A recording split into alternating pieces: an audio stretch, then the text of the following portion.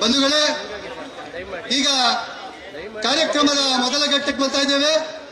ಕಾರ್ಯಕ್ರಮದ ಮೊದಲ ಘಟ್ಟ ಸ್ವಾಗತ ಭಾಷಣ.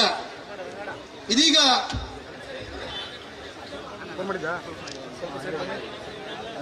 ನಿಮ್ಮೆಲ್ಲರ ನಾಯಕರು, ಕೇಂದ್ರದ ಬೃಹತ್ ಕೈಗಾರಿಕೆ ಮತ್ತು ಉಕ್ಕು ಸಚಿವರು, ಕರ್ನಾಟಕದ ಸುವರ್ಣಾಕ್ಷರಗಳಲ್ಲಿ ಬರೆದಿರ್ತಕ್ಕಂಥ ಕೆಲಸವನ್ನು ಮಾಡಿ ಈ ರಾಜ್ಯದಲ್ಲಿ ಒಬ್ಬ ಮುಖ್ಯಮಂತ್ರಿ ಹೇಗೆ ಕಡು ಬಡವರ ಕೈಗೆ ಸಿಕ್ಕಿ ಅವರ ಕೆಲಸವನ್ನ ಮಾಡಬಹುದು ಅಂತೇಳಿ ತೋರಿಸಿಕೊಟ್ಟ ಧೀಮಂತ. ಹಲವಾರು ಸ್ವತಂತ್ರ ಪೂರ್ವದಲ್ಲಿ ಶಾಲೆಗಳಿದ್ದೋ, ಕಾಲೇಜಿದ್ದೋ. ಸ್ವತಂತ್ರ ಬಂದ ಮೇಲೆ ಎಷ್ಟೋ ಸರ್ಕಾರಗಳು ಬಂದೋ, ಅದು ಸಹಿತ ಹಲವಾರು ಕೆಲಸಗಳನ್ನ ಮಾಡಿರಲಿಲ್ಲ. ನೂರಾರು ಶಾಲೆಗಳು, ನೂರಾರು ಕಾಲೇಜುಗಳು, ನೂರಾರು ಆಸ್ಪತ್ರೆಗಳನ್ನು ನಿರ್ಮಾಣ ಮಾಡಿ ಗುಡಿ ಕಟ್ಟದೇನು, ನೀರಲ್ಲಿ ಮೀನು ಹಡಿ ಮುಟ್ಟದೇನು, ಆ ದೈವದ ಮೇಲೆ ಎಲ್ಲಾನು. ಹೇ ಶಾರದೆ ದಯ ಪಾಲಿಸು, ಈ ಬಾಳನು ಬೆಳಕಾಗಿಸು. ಹೇ ಶಾರದೆ ದಯ ಪಾಲಿಸು, ಈ ಬಾಳನು ಬೆಳಕಾಗಿಸು. ಹೇ ಶಾರದೆ, ಹೇ ಶಾರದೆ, ಹೇ ಶಾರದೆ, ನಾಳೆಗಳ ನಂಬಿಯಲಿ ನಂಬಿಕೆಯಲ್ಲಿ ಆಗಿರಿಸು, ಮುನ್ನಡೆಸು. ಕೈ ಹಿಡಿದು ನಾವಾಡೋ ಪದ ಪದದಲ್ಲೂ ಸಂಚರಿಸು. ಹೂವಲ್ಲಿ ಜೇನು ಗುಡಿ ಕಟ್ಟದೇನು, ನೀರಲ್ಲಿ ಮೀನು ಹಡಿ ಮುಟ್ಟದೇನು, ಆ ದೈವದ ಆಜ್ಞೆನೇ ಎಲ್ಲಾನು. ಹೇ ಶಾರದೆ ದಯ ಪಾಲಿಸು, ಈ ಬಾಳನು ಬೆಳಕಾಗಿಸು. ಹೇ ಶಾರದೆ, ಹೇ ಶಾರದೆ, ಹಚ್ಚೇವು ಕನ್ನಡದ ದೀಪ, ಕಲ್ಯಾಣ ದೀಪ, ಸಿರಿನುಡಿಯ ದೀಪ, ಕುಲವಿತ್ತಿ ತೋರುವ ದೀಪ. ಹಚ್ಚೇವು ಕನ್ನಡದ ದೀಪ, ಹಚ್ಚೇವು ಕನ್ನಡದ ದೀಪ. ದೀಪ ಬೆಳಗುವುದರ ಮುಖಾಂತರ ಕಾರ್ಯಕ್ರಮಕ್ಕೆ ಚಾಲನೆ ನೀಡಿದಂತ ಗೌರವಾನ್ವಿತ ಕೇಂದ್ರ ಬೃಹತ್ ಕೈಗಾರಿಕಾ ಮಂತ್ರಿಗಳು ಮತ್ತು ಉಕ್ಕು ಮಂತ್ರಿಗಳಾದಂಥ ಕುಮಾರಣ್ಣವರು ಮತ್ತು ಎಲ್ಲ ಮಹನೀಯರಿಗೆ ವಂದನೆಗಳು. ಒಂದರಲ್ಲಿ ಯಾರು ಬೆಂಗಳೂರು ಯಾರು ಹೇಳ್ತೀನಿ ಅಂತ ತೋರಿಸ್ತೀನಿ. ಬೆಂಗಳೂರು ಬಂದ್ರೆ ಹೇಳ್ತೀನಿ ಯಾರು ಡಾಕ್ಟ್ರಿಗೆ, ಇಲ್ಲಿ ಬಂದ್ರೆ ನಾನ್ ಡಾಕ್ಟ್ರ. ಬೆಂಗಳೂರು ಮನೆ ಹತ್ರ ಬಂದ್ರೆ ಯಾರು ಹೇಳಿ ಚೆಕ್ ಮಾಡಿಸಿ ಏನಾಗಬೇಕು ಔಷಧಿ ಕೊಡಿಸ್ತೀನಿ. ಈ ಔಷಧಿ ಆಗಬೇಕು.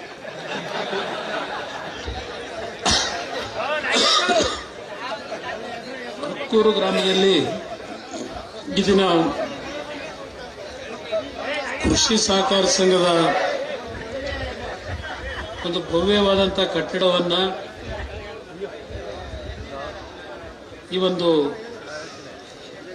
ಅಕ್ಕೂರು ಗ್ರಾಮದ ಪ್ರಾಥಮಿಕ ಗ್ರಾಮೀಣ ಸಹಕಾರ ಸಂಘದ ಪದಾಧಿಕಾರಿಗಳು ಮತ್ತು ನಮ್ಮ ಜಯಮುತ್ತು ಅವರು, ಜಯರಾಮ್ ಅವರು ಎಲ್ಲರೂ ಜೊತೆಗೂಡಿ ಅಕ್ಕೂರಿನಲ್ಲಿ ಒಂದು ಭವ್ಯವಾದಂಥ ರೈತರ ಒಂದು ದಿನನಿತ್ಯದ ಬದುಕಿಗೆ ಈ ಒಂದು ಸಹಕಾರಿ ಸಂಘದಲ್ಲಿ ಉತ್ತಮವಂತಹ ಕಾರ್ಯಕ್ರಮಗಳಾಗಬೇಕು ಅಂತಕ್ಕಂಥ ಹಿನ್ನೆಲೆಯಲ್ಲಿ ಬಹಳ ಮುತುವರ್ಜಿ ವಹಿಸಿ ಇಂಥ ಒಂದು ಗ್ರಾಮದಲ್ಲಿ ಬೃಹತ್ತಾದ ಒಂದು ಕಟ್ಟಡವನ್ನು ಇವತ್ತೇನು ನಿರ್ಮಾಣ ಮಾಡಿ ನಮ್ಮ ರೈತ ಬಂಧುಗಳ ಸದುಪಯೋಗಕ್ಕೆ ಇವತ್ತು ಉದ್ಘಾಟನೆಯನ್ನು ಮಾಡತಕ್ಕಂಥ ಕಾರ್ಯಕ್ರಮವನ್ನು ಏರ್ಪಾಡು ಮಾಡಿದ್ದಾರೆ. ವೇದಿಕೆ ಮೇಲೆ ನಮ್ಮ ಬೆಂಗಳೂರು ಗ್ರಾಮಾಂತರ ಲೋಕಸಭಾ ಸದಸ್ಯರಾಗಿರ್ತಕ್ಕಂಥ ಮಂಜುನಾಥ್ ಅವರು ಇದೀಗ ತಾನೇ ನಿಮ್ಮೆಲ್ಲರನ್ನೂ ಉದ್ದೇಶಿಸಿ ಮಾತನಾಡಿದ್ದಾರೆ. ಇವತ್ತಿನ ಈ ಒಂದು ಕಾರ್ಯಕ್ರಮಕ್ಕೆ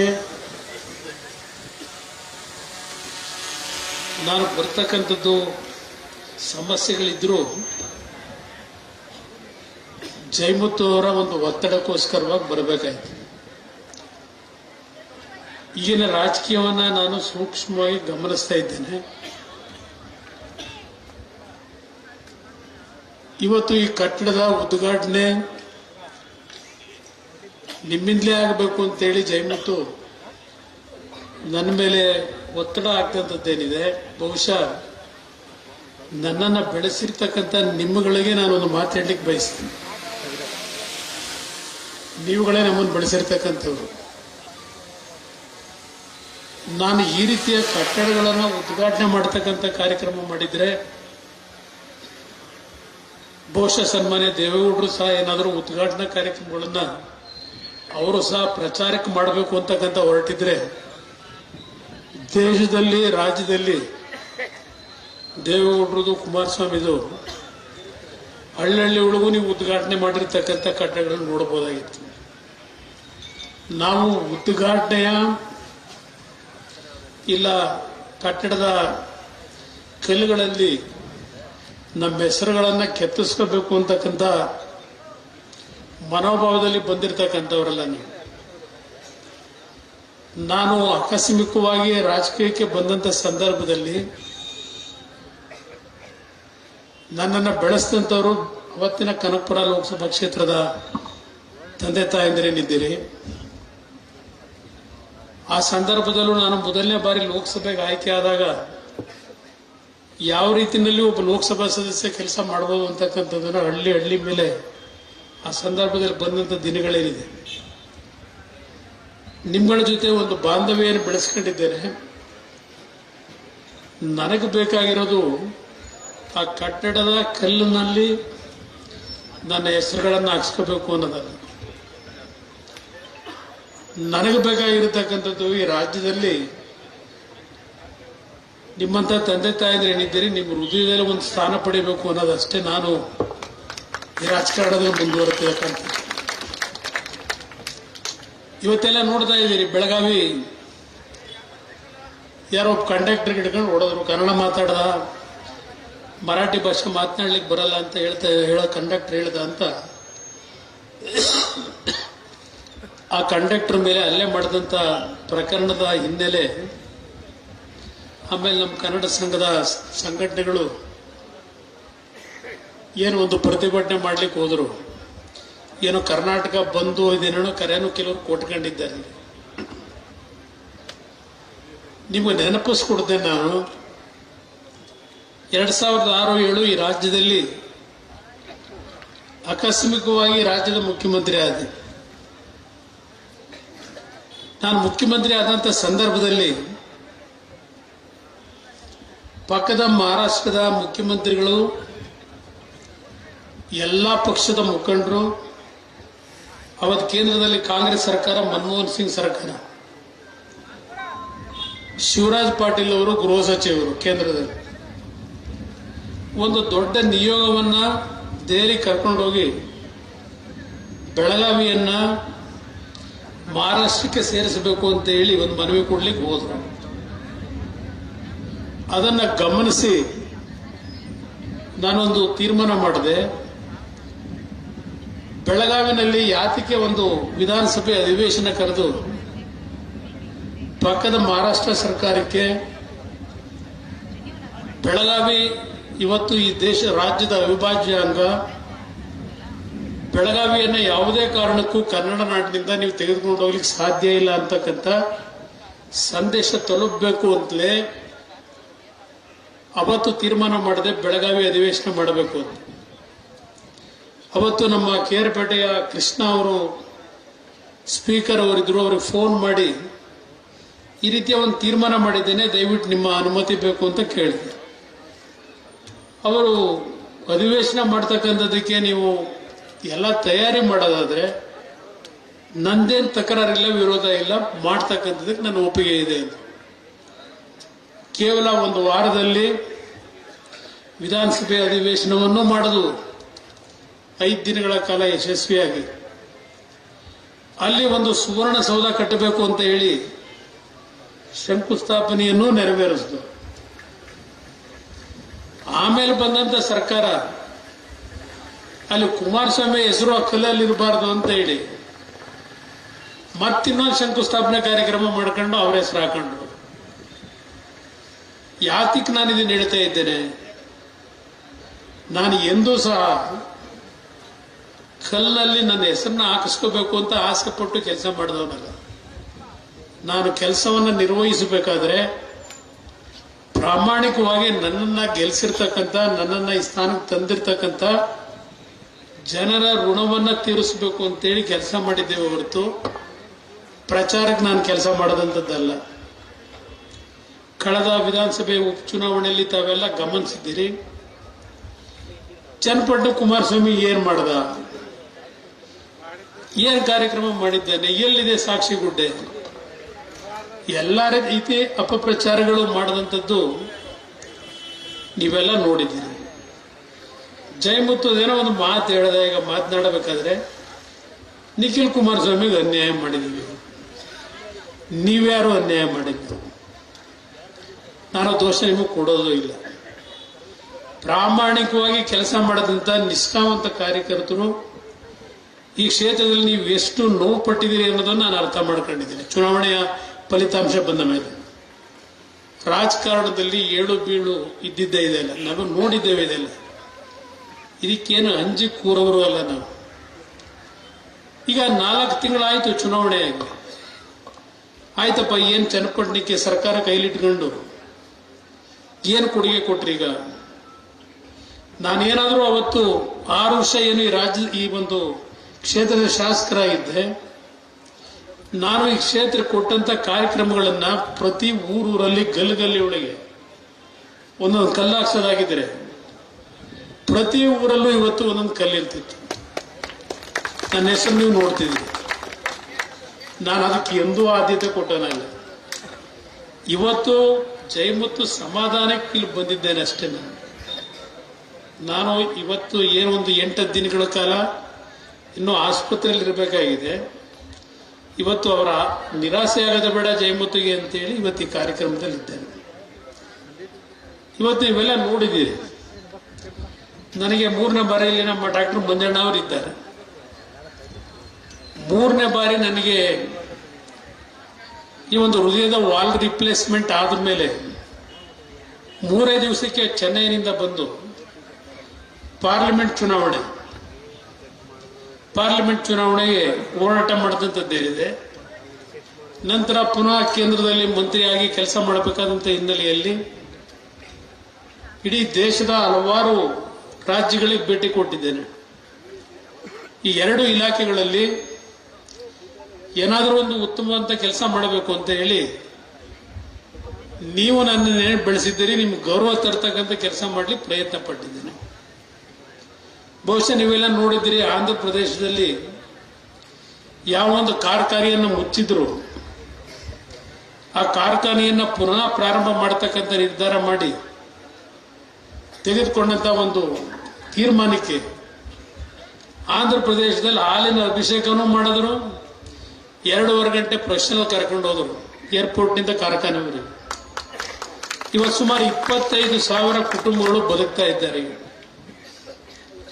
ಇವತ್ತು ಭದ್ರಾವತಿಯ ವಿಶ್ವೇಶ್ವರಯ್ಯ ಸ್ಟೀಲ್ ಪ್ಲಾಂಟ್ ಅದು ಮುಚ್ಚೋಗಿದೆ. ಇವತ್ತು ಅದಕ್ಕೂ ಒಂದು ಸುಮಾರು 10,000 ಕೋಟಿ ರೂಪಾಯಿಗಳ ವೆಚ್ಚದಲ್ಲಿ ಆ ಕಾರ್ಖಾನೆಯನ್ನು ಪ್ರಾರಂಭ ಮಾಡಿಸಬೇಕು ಅಂತ ಹೇಳಿ ಪ್ರಾಮಾಣಿಕವಾದಂತ ಪ್ರಯತ್ನ ಪಟ್ಟು ಅದಕ್ಕೆ ಈಗಾಗಲೇ ಚಾಲನೆ ಕೊಟ್ಟಿದ್ದೇವೆ ಒಂದು ಭಾಗ. ಇನ್ನ ನಮ್ಮ HMT, ಆ HMTಯ ಒಂದು ಹೊಸ ರೀತಿಯ ಒಂದು ಜೀವ ತುಂಬಬೇಕು ಅಂತೇಳಿ ನಾನು ತೀರ್ಮಾನ ಮಾಡ್ತಾ ಇದ್ದೇನೆ ಅಂತಕ್ಕಂಥ ವಿಷಯ ರಾಜ್ಯ ಸರ್ಕಾರದ ಗಮನಕ್ಕೆ ಹೋದಾಗ ಈಗ ಅದೆಂಥದ್ದು HMT ಕಾರ್ಖಾನೆ ಅರಣ್ಯ ಪ್ರದೇಶಕ್ಕೆ ಸೇರಿದ್ದು. ಆ ಒಂದು ಭಾಗವನ್ನ ನಾವು ಸರ್ಕಾರ ಲಂಗ್ ಸ್ಪೇಸ್ ಆಗಿ ಇಟ್ಕೊಳ್ಳೋದಕ್ಕೆ ವಾಪಸ್ ಪಡಿತಾ ಇದ್ದೇವೆ ಅಂತ ಹೇಳಿ ಮೊನ್ನೆ ರಾಜ್ಯಪಾಲರ ಭಾಷಣದಲ್ಲಿ ಹೇಳಿಕೆ ಕೊಡಿಸಿದ್ದಾರೆ. ಹಿಂದೆ ಸುಮಾರು ಒಂದು 140 ಎಕರೆ ಮಾರಾಟ ಮಾಡೋದ್ರಲ್ಲ, ಅದೇ ಜಾಗದಲ್ಲಿ ಯಾರಿದ್ರು ಮಂತ್ರಿಗಳಾಗಿ, ಯಾರಿದ್ರು ಮುಖ್ಯಮಂತ್ರಿಗಳಾಗಿ, ಅರಣ್ಯ ಭೂಮಿ ಆಗಿದ್ರೆ ಅದನ್ನೆಲ್ಲ ವಾಪಸ್ ಪಡಿತಾರ?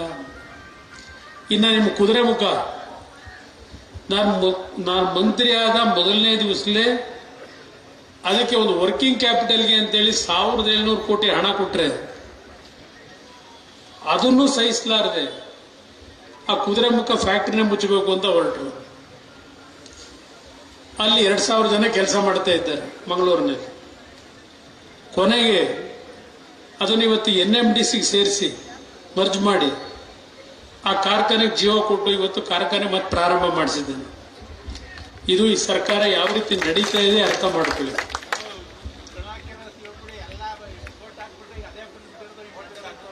ಏನು ನಾನು ಅದಕ್ಕೆ ಹೇಳ್ತಾ ಇರೋದು, ಈಗ ನಾನು ಮಾಡಿರೋ ಕೆಲಸದ್ದು ಪ್ರತಿನಿತ್ಯ ನಿಮಗೆ ಕುರಿಗಿರಿ ಕುಯಿಸಿ ಊಟ ಹಾಕ್ಸಿದ್ರೆ ನಿಮ್ಮ ಹೃದಯದಲ್ಲಿ ಇರೋದೇ. ನಾನು ಕೆರೆಗೆ ನೀರು ತುಂಬಿಸಿದ್ನಲ್ಲ 120 ಕೆರೆಗೆ, ನಾನು ಎಲ್ಲೋ ಒಂದು ಕಾರ್ಯಕ್ರಮ ಮಾಡಲಿಲ್ಲ, ಅದು ನನ್ನ ಹೆಸರು ಬರಲಿಲ್ಲ ಅಷ್ಟೆ. ನಾವು ಒಂದೊಂದು ಕೆರೆ ನೀರು ಬಿಡಿಸಿದ ದಿವಸ ನಾವೇ ನಿಂತು ನೀರು ಬಿಡಿಸಿ ಒಂದೊಂದು ಕುರಿ 2 ಕುರಿನ 3 ಕುರಿನ ಹೊಡೆದು ಊಟ ಹಾಕ್ಸಿದ್ರೆ ಆ ಕುಮಾರಣ್ಣ ಕಣ್ಣಿಗೆ ಕಾಣೋದು ಎಲ್ಲರೂ. ಕುಮಾರಣ್ಣ ಏನ್ ಮಾಡ್ದ ಅಂತ ಎಲ್ಲ ಒಂದು ಭಾಗ ಇರ್ಲಿ ಬಿಡಿ, ಕಣ್ಣು ಮಾತು ಇವೆಲ್ಲ ಇರ್ಲಿ. ಈಗ ಚನ್ನಪಟ್ಟಣಕ್ಕೆ ರಾಮನಗರಕ್ಕೆ ಸಪರೇಟ್ ನೀರಾವರಿ ತಂದು ಇವತ್ತು ಇಂಜಿನಿಯರಿಂಗ್ ಕಾಲೇಜ್, ಎಂಥ ಇಂಜಿನಿಯರಿಂಗ್ ಕಾಲೇಜಲ್ಲಿ ಇರ್ತಕ್ಕಂಥದ್ದು ರಾಮನಗರದಲ್ಲಿ. ಮೆಡಿಕಲ್ ಕಾಲೇಜ್ ಯಾವತ್ತೂ ಆಗಬೇಕಾಗಿತ್ತು. 1000 ಬೆಡ್ ಹಾಸ್ಪಿಟ್ಲು 10 ವರ್ಷದಿಂದ ಆಗಬೇಕಾಗಿತ್ತು. ಯಾರದನ್ನೆಲ್ಲ ನಿಲ್ಲಿಸಿದವರು? ಈಗ ಬೇರೆ ಯಾವುದು ಬೇಡ. ಈಗ ನಿಮ್ಮೂರಲ್ಲಿ ಹೊಸಳ್ಳಿ, ಅಕ್ಕೂರು ಹೊಸಳ್ಳಿಲಿ ಅಂತ ಆಸ್ಪತ್ರೆ ಕಟ್ಟಿದೀವಲ್ಲ, ಒಂದು ಡಾಕ್ಟರ್ನ ಹಾಕ್ಸೋ ಯೋಗ್ಯತೆ ಇಲ್ಲ. ಏನು ಬಂದು ಅರ್ಜಿಗಳು ತಗೊಂಡಿದ್ದು ಎಂದು ಮನೆ ಕಟ್ತೀವಿ ಕುಮಾರಸ್ವಾಮಿ ಮನೆನೇ ಕೊಡ್ಲಿಲ್ಲ, ಸೈಟ್ ಕೊಡ್ಲಿಲ್ಲ, ಎಲ್ಲ ಹೇಳ್ಕೊಂಡು ಏನೋ ನಡೆಸೋ ರಾಜಕಾರಣ ಇದೆಲ್ಲ ನೋಡ್ತಾ ಇದ್ದೀವಿ. ನಮ್ಮ ಮುಂಜಾನೆಗೆ ಏನೋ ಹೇಳ್ತಾ ಇದ್ರು, ರಾಗಿಗೆ ಬೆಂಬಲ ಬೆಲೆ ಇವತ್ತು ಕೇಂದ್ರ ಸರ್ಕಾರದಲ್ಲಿ 4000 ರೂಪಾಯಿ ಮಾಡಿದ್ದಾರೆ. ನಾನು ನೋಡಿದೆ ಕೆಲವು ಪತ್ರಿಕೆಯಲ್ಲಿ ಹಲವಾರು ಭಾಗದಲ್ಲಿ ಇನ್ನೂ ರಾಗಿ ಖರೀದಿ ಕೇಂದ್ರನೇ ಓಪನ್ ಆಗಿಲ್ಲ. ಅದಕ್ಕೆ ಕಾರಣ ಏನ್ ಹೇಳ್ತಾರೆ? ಚೀಲ ಕೊಂಡ್ಕೊಂಡಿಲ್ವಂತ ತಿನ್ನುವೆ, ಚೀಲ ಇನ್ನೂ ಖರೀದಿ ಮಾಡ್ತೇವ್ರಂತೆ ರಾಗಿ ಚೀಲವ. ಪತ್ರಿಕೆಯಲ್ಲೇ ಬರೆದಿದ್ದೀರಿ. ಇನ್ನು ಇವತ್ತು ಪತ್ರಿಕೆ ತೆಗೀರಿ, ಕಲಬುರಗಿನಲ್ಲಿ ತೊಗರಿ ಬೆಳೆದವ್ರೆ, ತೊಗರಿ ಬೆಳೆದು ನಷ್ಟಕ್ಕೊಳಗಾಗಿದೆ.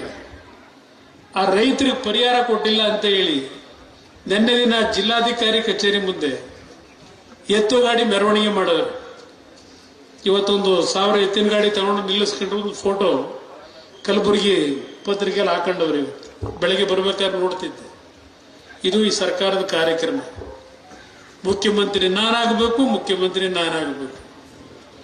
ನಡೀತದೆ. ಜನಕ್ಕೆ ಏನಾದರೂ ಈ ಸರ್ಕಾರ ನಡೆಸ್ತಕ್ಕಂಥವ್ರಿಗೆ ಜನರ ಬದುಕೇನಾಗಿದೆ ಅಂತ ಏನಾದರೂ ಯೋಚನೆ ಮಾಡ್ತಾ ಇದ್ದಾರೆ.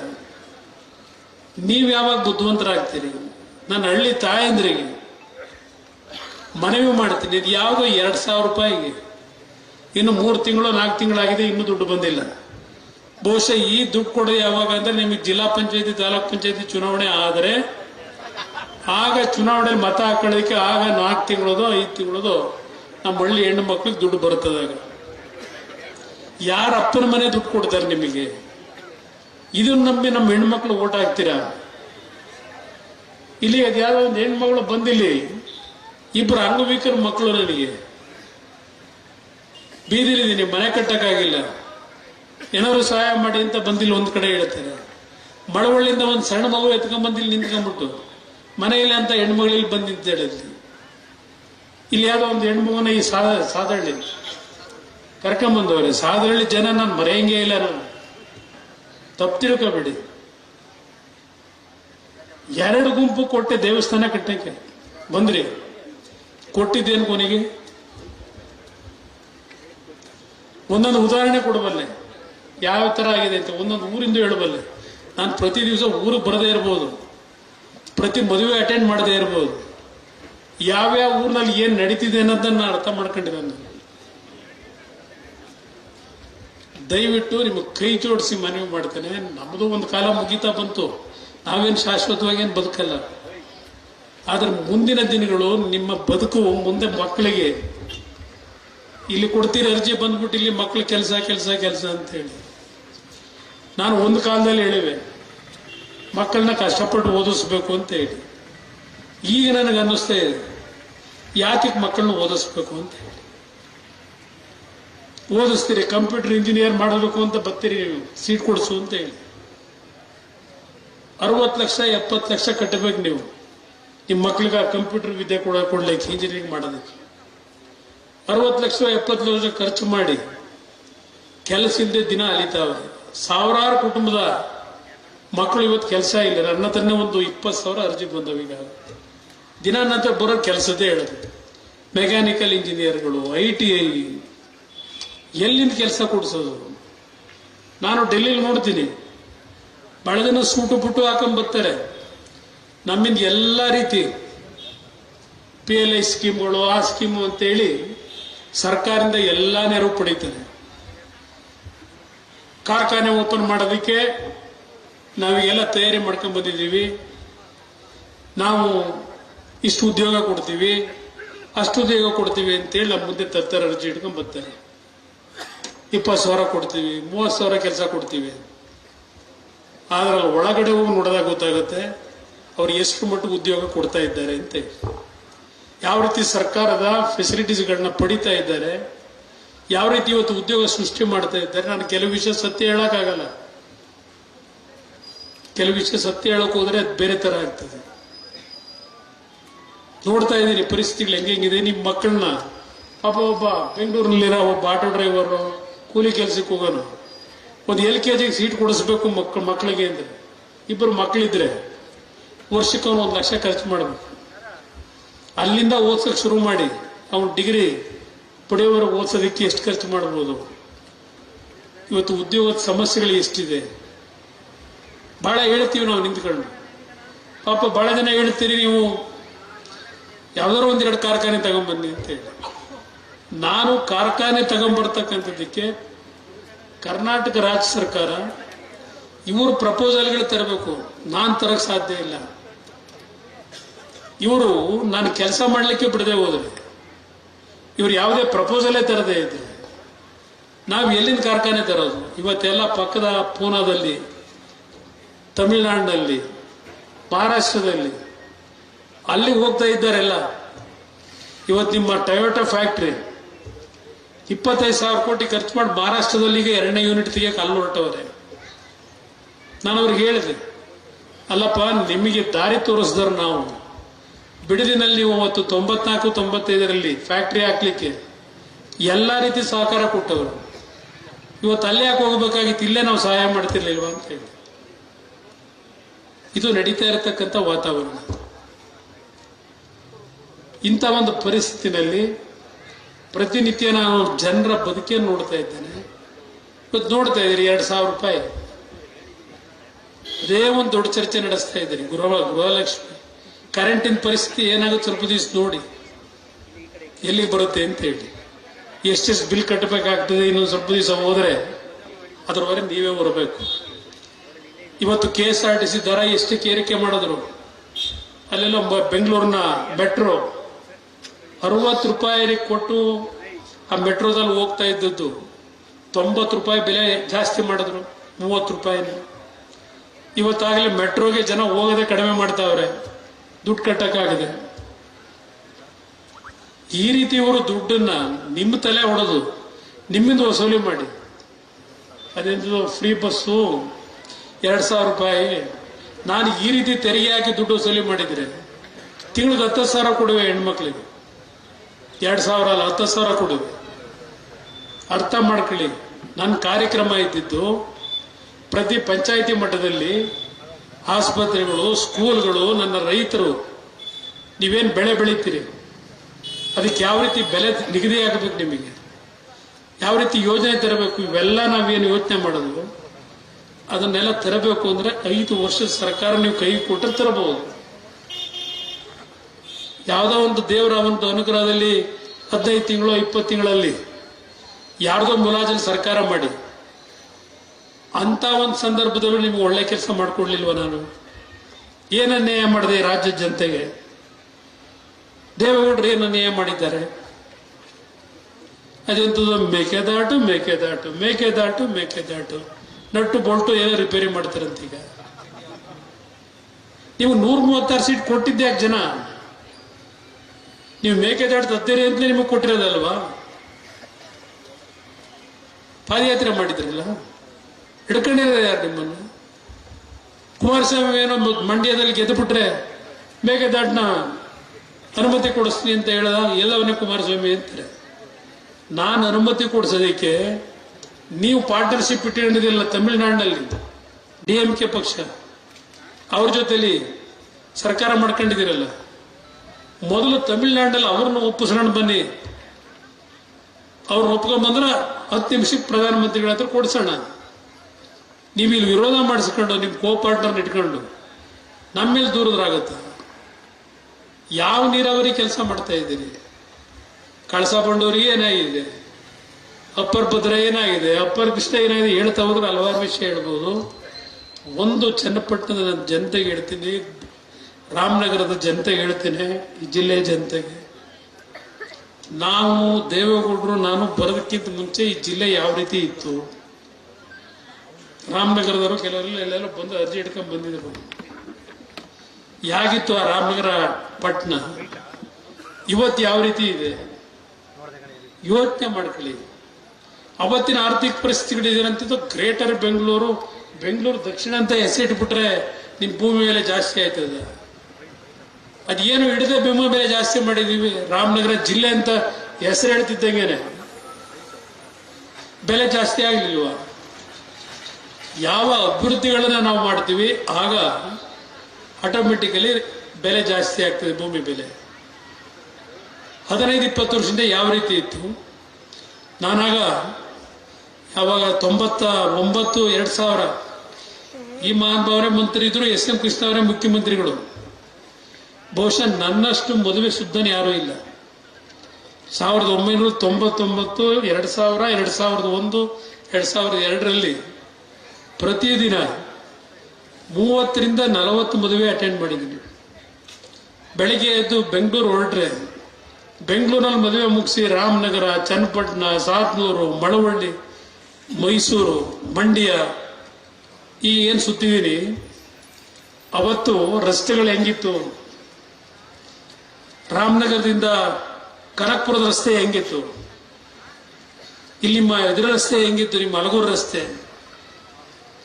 ಪ್ರತಿದಿನ ಸುತ್ತಿದ್ದೀನಿ, ಹಳ್ಳಿ ಸುತ್ತಿದ್ದೀನಿ. ಇವತ್ತು ಯಾವ ರೀತಿ ಡೆವಲಪ್ಮೆಂಟ್ ಕಾಣ್ತಾ ಇದ್ದೀರಿ? ಪ್ರತಿ ಊರಿನಲ್ಲಿ ಕಾಂಕ್ರೀಟ್ ರೋಡು, ಏನೇನು ವ್ಯವಸ್ಥೆಗಳು ಮಾಡಿಲ್ಲ. ಏನ್ ಮಾಡ್ದ ಅಂತ ಹೇಳ್ತಾರೆ. ಅಂತರ ಮಾತನ್ನ ನಂಬ್ತೀರಾ ನೀವು? ತೀರ್ಮಾನ ನೀವು ಮಾಡ್ಕೊಳ್ಳಿ. ನನಗೇನ್ ನಷ್ಟ ಇಲ್ಲ, ನಷ್ಟ ನಿಮಗೆ. ಇವತ್ತು ಕರ್ನಾಟಕ ರಾಜ್ಯದಲ್ಲಿ ದುಡ್ಡಿಗೆ ಸಮಸ್ಯೆ ಇಲ್ಲ. ರೈತರ ಸಾಲ ಮನ್ನಾ ಮಾಡಿ ಅಭಿವೃದ್ಧಿ ಕೆಲಸ ಮಾಡಿ ತೋರಿಸ್ತಿಲ್ವ ನಾವು? ಇವತ್ತು ಯಾತಕ್ಕೆ ಇವ್ರ ಕೈಲಿ ಆಗ್ತಾ ಇಲ್ಲ? ಒಂದು ಸ್ಕೂಲ್ ಟೀಚರ್ ನೇಮಕ ಮಾಡಕ್ ಆಗ್ತಿಲ್ಲ ಇವ್ರ ಯೋಗ್ಯತೆಗೆ. ಜನಕ್ಕೆ ಕೊಡಬೇಕಾದ ದುಡ್ಡನ್ನ ಲೂಟಿ ಹೊಡ್ಕೊಂಡು ಕೂತವ್ರೆ. ಹೆಂಗ್ ಸಹಿಸ್ಕೊಂಡಿದ್ದೀರಿ ನೀವು ಇದನ್ನೆಲ್ಲ?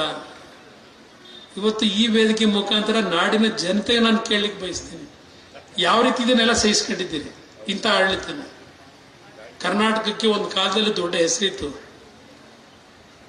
ಇವತ್ತು ಯಾವ ಮಟ್ಟಕ್ಕೆ ತಗೊಂಡೋಗಿದ್ದಾರೆ? ಇದೆಂತದ್ದು KPSC ಇದು ಬಿಲ್ ತತ್ತಾರಂತೀಗ ಸಿದ್ದರಾಮಯ್ಯ. ನೀವು 3ನೇ ಮಾಡಿಲ್ಲ KPSC ಮೆಂಬರ್ಸ್ ಮಾಡ್ತಿರಲ್ಲ ಕೂತ್ಕೊಂಡು, ಆ ಮೆಂಬರ್ಸ್ ಸರಿಯಾಗಿರೋನ್ನ ಮಾಡಿದೆ. KPSC ಬೈದ್ರೆ ಅರ್ಥ ಏನಿದೆ? KPSC ಸಂಸ್ಥೆ ಅಲ್ಲೇನು ತಪ್ಪಾಗಿಲ್ಲ. ಆ ಸಂಸ್ಥೆ ತಪ್ಪು ಮಾಡಿರೋ 3ನೇ ಮಾಡಿ ಕೂತಿರೋ ನಾವುಗಳು ಮಾಡಿರೋ ತಪ್ಪು. ಒಂದು ಉದ್ಯೋಗ ಇಲ್ಲ ನೆಟ್ಟಿಗೆ ಇವತ್ತು. ನಿನ್ನೆ ಸರ್ಕಾರದಲ್ಲೇ ಉತ್ತರ ಕೊಡ್ತಾರೆ, ಸುಮಾರು 2.25 ಲಕ್ಷ ಸರ್ಕಾರಿ ಉದ್ಯೋಗಗಳ ಖಾಲಿ ಇಟ್ಕೊಂಡಿದ್ದೀರಿ. 2.25 ಲಕ್ಷ ಉದ್ಯೋಗಗಳ ಖಾಲಿ ಇದೆ. KPSC ಇವತ್ತರ ಒಂದು ನೆಟ್ಗೊಂದು ಮಕ್ಕಳಿಗೆ ಇವತ್ತು ಇಂಟರ್ವ್ಯೂ ಮಾಡಿ ಕೆಲಸ ಕೊಡೋ ಯೋಗ್ಯತೆ ಇಲ್ಲ. ಇವತ್ತು ಹೇಳ್ತಾರೆ ಕ್ವಶನ್ ಪೇಪರ್ಗೆ ಯಾವ ರೇಟ್ ಫಿಕ್ಸ್ ಮಾಡ್ಕೊಂಡಿದ್ದಾರೆ, ಮಾರ್ಕ್ಸ್ ಹಾಕಕ್ಕೆ ಎಷ್ಟು ಫಿಕ್ಸ್ ಮಾಡ್ಕೊಂಡವ್ರೆ, ಅಪಾಯಿಂಟ್ಮೆಂಟ್ ಕೊಡಕ್ಕೆ ಎಷ್ಟು ಫಿಕ್ಸ್ ಮಾಡ್ಕೊಂಡವ್ರೆ. ಇದೆಲ್ಲ ಶುರುವಾಗಿದ್ದು ಸಿದ್ದರಾಮಯ್ಯನ ಕಾಲದಲ್ಲೇ. ಯಾರೋ ಒಬ್ಬರನ್ನ ಮಾಡಿದ್ರು, ಕೇಬಲ್ BDA ಚೇರ್ಮನ್ ಮಾಡ್ಕೊಂಡಿದ್ರು, ರೀಡು ಮಾಡೋದ್ರಲ್ಲ, ರೀಡು ಮಾಡೋದ ಮೇಲೆ ಪಾಪ ಒಳ್ಳೆ ಕೆಲಸ ಮಾಡಿದ್ರು ಅಂತ KPSC ಚೇರ್ಮನ್ ಮಾಡಿದ್ರು. ಒಂದು ಅಪಾಯಿಂಟ್ಮೆಂಟ್ 1 ಕೋಟಿ 2 ಕೋಟಿ. ಆಗ ಸದ್ಯ ಕೆಲಸ ಆಗಿದ್ರೆ ದುಡ್ಡು ವಾಪಸ್ ಕೊಡೋರು. ಈಗ ದುಡ್ಡು ತಗೊಂಡು ದುಡ್ಡು ವಾಪಸ್ ಇಲ್ಲ, ಕೆಲಸವೂ ಇಲ್ಲ, ಆ ಪರಿಸ್ಥಿತಿಲಿ ಇದೆ. ಇದನ್ನೆಲ್ಲ ಸಹಿಸ್ಕೊಂಡಿದ್ದೀವಿ ನಾವು. ಇದು ಎಷ್ಟು ಮಾತಾಡಿದ್ರು ಈ ಸರ್ಕಾರಕ್ಕೆ, ಈ ಸರ್ಕಾರ ಯಾವ್ದು ತಲೆ ಕೆಡಿಸ್ಕೊಳ್ಳಿಲ್ಲ, ಬಂಡ ಬಿದ್ದೋಗಿರೋ ಸರ್ಕಾರ ಇದೆ. ನೀವೇನು ಮಾತಾಡಿದ್ರು ಇದಕ್ಕೆ ಮಾನ ಮರ್ಯಾದೆ ಏನೂ ಇಲ್ಲ. ಸರಿಪಡಿಸ್ಬೇಕಾದ್ರೂ ಈ ರಾಜ್ಯದ ಜನ ನೀವು ಸರಿಪಡಿಸ್ಕೋಬೇಕು. ಅದರಿಂದ ದಯವಿಟ್ಟು ಇವತ್ತು ಈ ಕಾರ್ಯಕ್ರಮದಲ್ಲಿ ಇಂಥ ಒಂದು ಕಟ್ಟಡ ಏನು ಕಟ್ಟಿಕೊಂಡಿದ್ದೀರಿ, ಉಪಯೋಗ ಮಾಡಿಕೊಳ್ಳಿ, ಜನಕ್ಕೆ ಒಳ್ಳೇದು ಮಾಡಿ. ನಿಮಗೆಲ್ಲ ಭಗವಂತ ಒಳ್ಳೇದು ಮಾಡಲಿ ಅಂತಕ್ಕಂಥ ದೇವರು ಪ್ರಾರ್ಥನೆ ಸಲ್ಲಿಸಿ ಕೆಲವು ಅರ್ಜಿಗಳು ಕೊಟ್ಟಿದ್ದೀರಿ. ಅರ್ಜಿನ ನಾನೇನು ಬಿಸಾಕಲ್ಲ. ನಾನು ಮೊನ್ನೆ ಚುನಾವಣೆಯಲ್ಲಿ ನಿಖಿಲ್ ಸೋಲಾಗಿದೆ ಅಂತ ಹೇಳಿ ಆ ಅರ್ಜಿಗಳನ್ನು ನಾನು ತಿರಸ್ಕಾರ ಮಾಡೋದು. ಏನು ಕೆಲಸ ಮಾಡ್ಲಿಕ್ಕೆ ಸಾಧ್ಯ ಇದೆ ಆ ಕೆಲಸಗಳನ್ನು ಮಾಡ್ತಕ್ಕಂಥದ್ದು ನಾನು ಮುಂದುವರಿಸ್ತೀನಿ. ಸೋಲು ಗೆಲುವು ರಾಜಕಾರಣದಲ್ಲ, ದೇವೇಗೌಡರ ಕಾಲದಿಂದ ನೋಡ್ಕೊಂಬಂದುಬಿಟ್ಟಿದ್ದೀವಿ. ದೇವೇಗೌಡರು 65 ವರ್ಷ ರಾಜಕೀಯ ಮಾಡಿ 18 ತಿಂಗಳು ಮುಖ್ಯಮಂತ್ರಿ, 10 ತಿಂಗಳು ಪ್ರಧಾನಮಂತ್ರಿ, 3 ವರ್ಷ ನೀರಾವರಿ ಮಂತ್ರಿ. ಇನ್ನು ಹೆಚ್ಚು ಕಡಿಮೆ 60 ವರ್ಷ ಅವರು ವಿರೋಧ ಪಕ್ಷದಲ್ಲೇ ಇದ್ದರು. ಅಧಿಕಾರ ಹಿಡ್ಕೊಂಡು ನಾವೇನು ಹೋಗಿಲ್ಲ ಹಿಂಬಾರಿಸ್ಕೊಂಡು. ಜನ ಪ್ರೀತಿಯಿಂದ ನಮ್ಗೆ ಅಧಿಕಾರ ಕೊಟ್ಟಾಗ ಜನಗಳಿಗೆ ಏನು ಕೆಲಸ ಮಾಡಬೇಕು ಮಾಡಿದ್ವಿ. ವಿರೋಧ ಪಕ್ಷದಲ್ಲಿ ಕೂರಿಸಿದಾಗ ಜನಗಳ ಪರವಾಗಿ ಧ್ವನಿ ಎತ್ತಿ ಕೆಲಸ ಮಾಡಿದ್ವಿ. ಇದು ನಾವು ನಡ್ಕೊಂಬಂದಿರತಕ್ಕಂಥ ಮಾರ್ಗ. ಇವತ್ತು ಹೇಳ್ತೀನಿ ಅಷ್ಟೇ, ನೀವುಗಳು ನಮ್ಮನ್ನು ಬೆಳೆಸಿದ್ದೀರಿ. ನಾವು ಇರಬೇಕು ರಾಜಕೀಯದಲ್ಲಿ, ಇಲ್ಲ ಇಂಥ ಸರ್ಕಾರಗಳೇ ನಮ್ಗೆ ಇರಲಿ ಅಂತಕ್ಕಂಥ ತೀರ್ಮಾನ ಮಾಡೋದ್ರೆ ನಾನು ಹಿಡ್ಕೊಳಕ್ಕಾಯ್ತದ? ಅದೆಲ್ಲ ನಿಮಗೆ ಬಿಡ್ತೀನಿ. ಭಗವಂತ ನಿಮ್ಮೆಲ್ಲರಿಗೂ ಒಳ್ಳೇದು ಮಾಡಲಿ ಅಂತಕ್ಕಂಥ ಶುಭ ಹಾರೈಸಿ ನಾನು 2 ಮಾತು ಮುಗಿಸ್ತೇನೆ. ಜೈ ಜೈ ಕರ್ನಾಟಕ.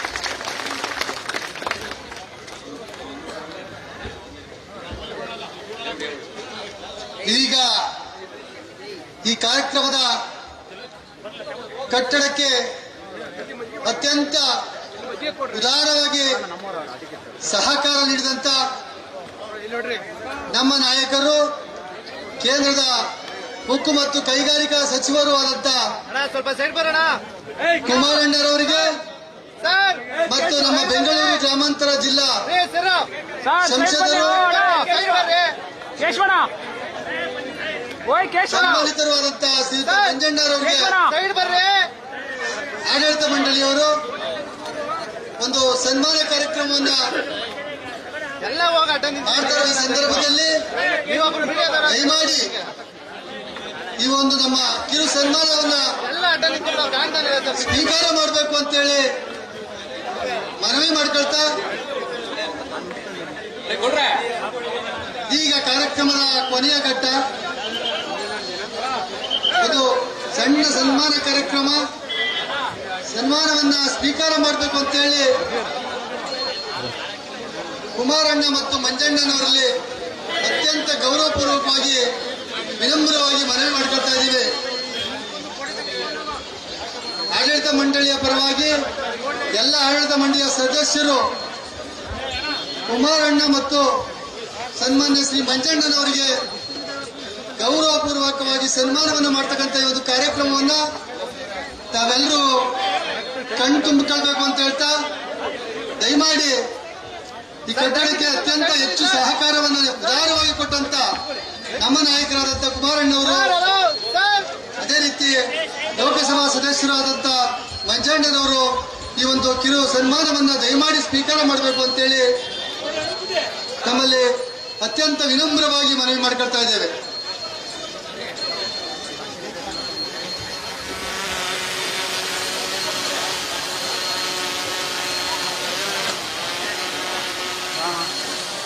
ದಯಮಾಡಿ ಮುಂದೆ ಇರ್ತಕ್ಕಂಥವ್ರು ಸ್ವಲ್ಪ ಸ್ಥಳಾವಕಾಶ ಮಾಡಿಕೊಟ್ರೆ ಪ್ರೇಕ್ಷಕರಾಗಿ ಅವರು ಕೂಡ ಕಾರ್ಯಕ್ರಮವನ್ನು ನೋಡ್ಲಿಕ್ಕೆ ಅವಕಾಶ ಆಗ್ತದೆ. ದಯಮಾಡಿ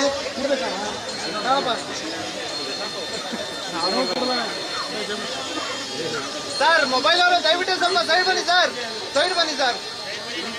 ಸರ್ ಹಲೋ.